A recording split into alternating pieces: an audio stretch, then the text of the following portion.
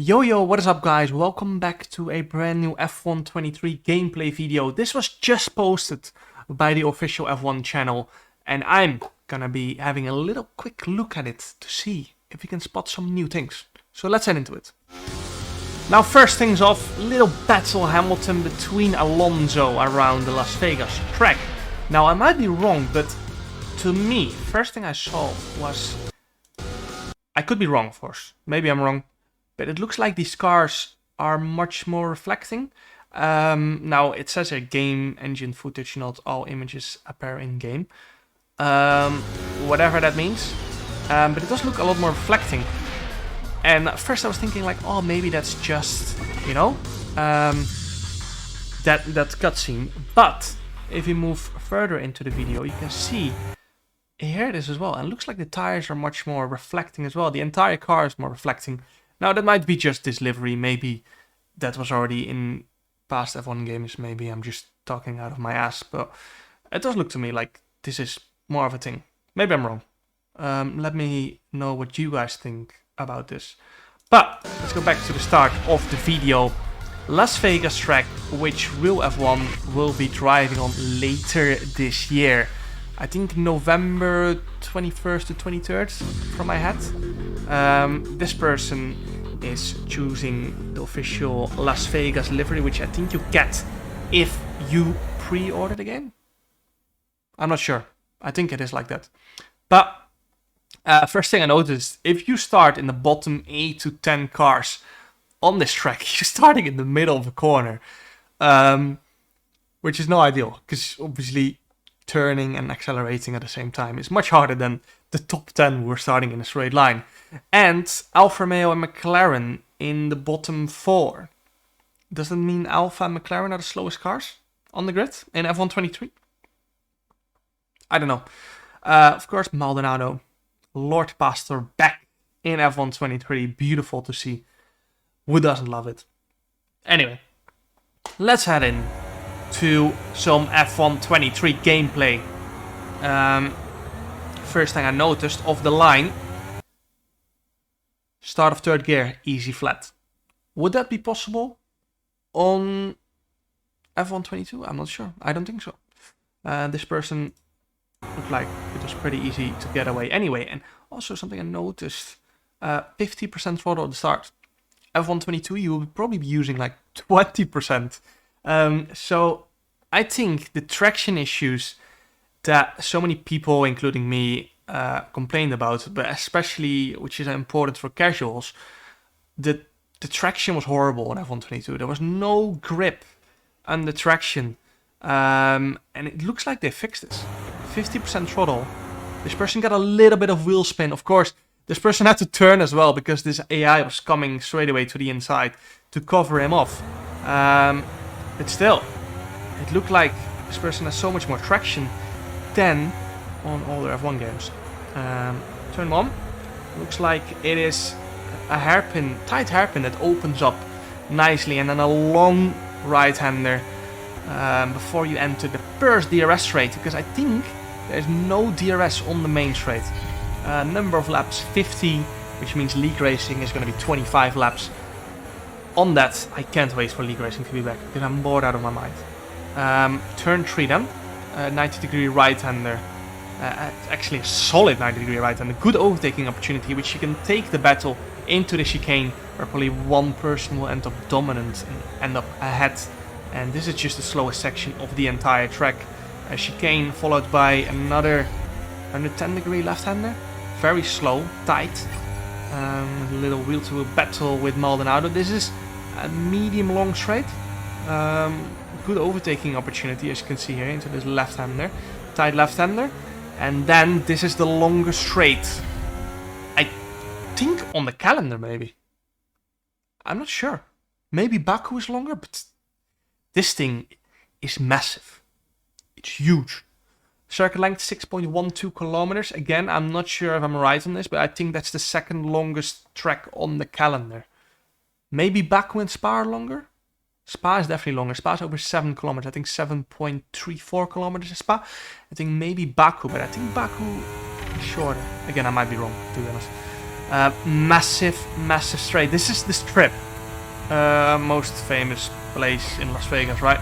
Number of DRS zones 2. This is the second one we're in right now. Of course, no DRS in the first 2 laps of a race, including this one. Chicane. Looks like you can carry quite a lot of speed and run it towards that barrier without taking track limits, probably. It will be close, but I think you can push that really, really hard. And then again, a straight 17 corners on this track, as you can see there. This straight leads up to start finish and has no DRS. This is what I saw as well. This pit entry is fast, 324 kph. Entering pit entry is quite a lot, so you're gonna have to brake really hard heading into here. Something I noticed as well, this barrier looks very horizontal for the speeds you're carrying. I know they're Tech Pro barriers. It still looks a bit dangerous, even though incidents probably, if you end up in an incident, you probably go to the outside, right? But it still looks a bit dangerous. Maybe I'm wrong, maybe I'm not, I don't know. Turn 1. Little sand on debris in the AlphaTauri. But yeah, it does look like McLaren, AlphaTauri and Alfa Romeo are the slowest cars on the F1 23 game, basing it off this. Again, might change by the time the game comes out. Again, good overtaking spot here, turn 3. Again, didn't quite manage to pull it off, but another big send maybe into the left hand, and not quite.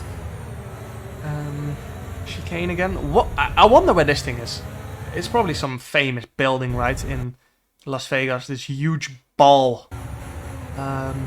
Look at that crazy amount of grandstands. This is something I've noticed as well. If all these grandstands are going to be here in real life, it's going to be a massive event, right? But anyway, back to my question. What is this huge ball? It must be a famous building. If someone in the comments know, tell me. What is this huge ball? Tightest section of the track, as I said last lap. This is the railway station. I remember I've been on this railway station because I've been to Las Vegas for a go-kart race in 2015. It was such a sick experience. I walked on the strip as well. I remember I stayed in a Westgate hotel. I'm not sure if that's this one. I don't think it is. But it was like a similar form. I don't think this is the Westgate Hotel. But I was in the Westgate Hotel. And I do remember that place as well. We just drove past. Anyway, I don't know. It's 8 years ago I was there. But yeah, now on to the DRS rate. Again, no DRS. Something I was wondering as well. There's so many buildings. Surely this is going to take up a crazy amount of graphical power, graphics card power, whatever you want to call it, from your PC. Because it looks like they've pretty much put every single building in here that's there in real life. Hotel Plaza, I remember that. I remember I went into some hotel that had a roller coaster and it was sick. Anyway, it looks like this is so detailed. All these buildings. I remember seeing that fake Eiffel Tower thing as well. But yeah, some trees for fun right there. Heading into the final lap now. 37.8 from Hamilton and 37.1 from Russell. Now I don't know what AI level this is, but I suspect we're going to be doing 32s, 33s around here. Looking, this person is not very much on the limit, of course. Driving controller. It's hard to say, of course, but looks like it's going to be low 30s for sure by the time we get to F1 Esport levels. Pit exit right here, by the way, which is going to be an interesting one, actually. Because look, pit exit is here, which then leads instantly into a DRS detection zone. So you can be battling here side by side and then bring that onto the next race, which is going to be an interesting one. But not sure, of course. Now, something I've noticed as well, this pitch noise of the engine is very, very high. Already on 12.3k RPM. Maybe a little bit too high. Again, this might not be the final version of the game. But it just sounds like it's revving out a lot. Even though it's only on 12.3k RPM. Which is usually more or less the point they shift up. But I know, it just feels like in real life the pitch noise is a bit lower. However, 346 kph on not such a long straight. It looks like DRS with the combination of overtake is crazy strong. Maybe the slipstream effect is stronger as well, which would be very good for DRS trains in league racing and F1 esports, by the way, if DRS is stronger.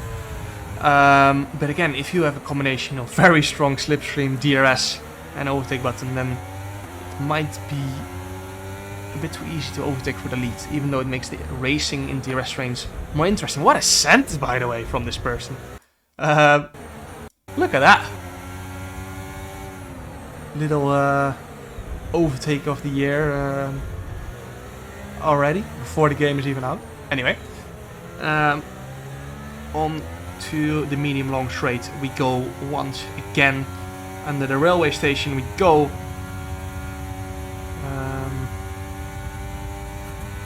This person is going to get DRS on this next long straight, and then we're going to really see how strong this DRS is going to be. Sargent is not going to get DRS. This person doesn't have a lot of battery left, 10% left before they reach DRS, but he can see the straight line speed advantage. We don't know wing levels, of course, but 346 with no battery, just DRS, is crazy. Crazy strong. But yeah, again, could be wing levels, I'm not sure, but that was crazy. Crazy top speed. 346 with not even using ERS, just DRS and a little bit of slipstream. We could be seeing 370. I'm saying it here right now. Anyways, that was my little reaction kind of video to Las Vegas gameplay. Make sure to like and subscribe for the F1 23 content that's going to be coming. And see you guys next time. Ciao.